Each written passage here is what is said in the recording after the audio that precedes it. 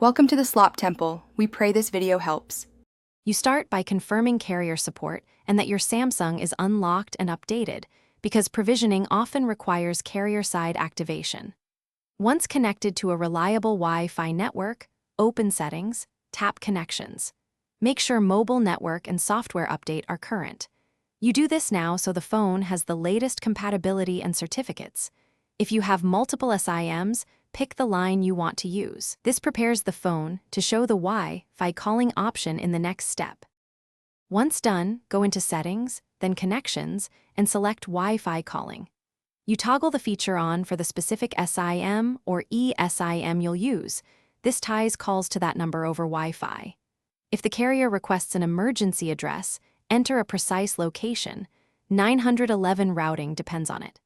Make sure to accept any carrier or permissions prompts so the dialer integrates Wi-Fi calling. You'll know it's active when the phone shows Wi-Fi calling or a carrier indicator in the status bar. You finish by making a test call to confirm voice quality and proper routing. If audio drops or the option isn't available, restart the phone and re-toggle Wi-Fi calling. This forces re-registration with the carrier.